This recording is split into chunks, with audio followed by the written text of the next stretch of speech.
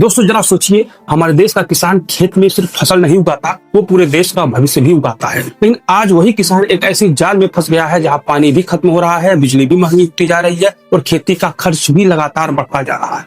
ऊपर से मौसम ऐसा बदल रहा है, किसान को समझ नहीं आता है कि बारिश होगी भी या नहीं। अब आप सोचिए, अगर खेत में पानी नहीं रहेगा तो खाना कहाँ से आएगा, अगर बिजली नहीं होगी तो पानी खेत तक कैसे पहुंचेगा, और अगर किसान ही टूट गया तो देश का पेट कौन भरेगा। यही है दोस्तों वाटर एनर्जी फूड नेक्सस, मतलब पानी, बिजली और भोजन का एक ऐसा रिश्ता जो एक दूसरे से गहराई से जुड़ा हुआ है। दोस्तों देखिए, भारत में खेती सबसे ज्यादा पानी पीती है, लगभग 85% पानी खेती में इस्तेमाल होता है और उस पानी को जमीन से निकालने के लिए बिजली चाहिए, इसलिए किसान ट्यूबवेल चलाता है, मोटर चलाता है। सरकार कई राज्यों में दोस्तों मुफ्त बिजली देती है। सुनने में अच्छा लगता है, लेकिन होता क्या, किसान सोचता है कि बिजली फ्री है, जितना चाहो पानी निकालो। धीरे धीरे जमीन के नीचे का पानी खत्म होने लगा। पंजाब और हरियाणा को देख ली, जहाँ कभी पानी भरपूर था, आज वहाँ हर साल ग्राउंड वाटर 1 मीटर तक नीचे जा रहा।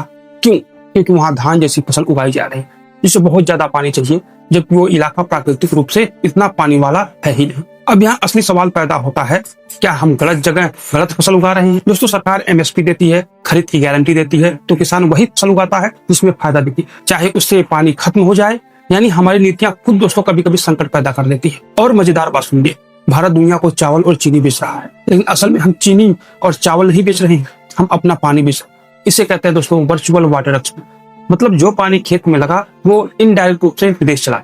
अब दूसरी तरफ बिजली का संकट देखिए, खेती में इतनी बिजली खर्च होती है कि डिस्कॉम कंपनियां कर्ज में डूबती जा रही हैं।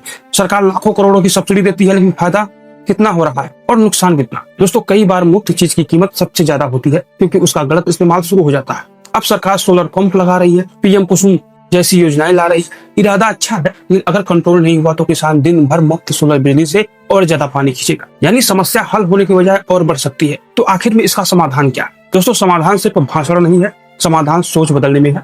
हमें ऐसी खेती चाहिए जो प्रकृति के हिसाब से हो, जहाँ राजस्थान में बाजरा उगे, धान नहीं, जहाँ पानी कम हो वहाँ ड्रिप इरिगेशन हो, जहाँ किसान को सिर्फ उत्पादन के लिए नहीं पानी बचाने के लिए भी प्रोत्साहन मिले। दोस्तों सरकार अगर किसान को सीधे पैसे दे दे और कहे कि भाई जितनी बिजली बचाओगे उतना फायदा तुम्हारा, तो किसान खुद समझदारी दिखाएगा। और सबसे जरूरी, हमें किसान को सिर्फ अन्नदाता बोलकर तालियां नहीं बजा, उसे टेक्नोलॉजी, सही जानकारी और मजबूत बाजार दे।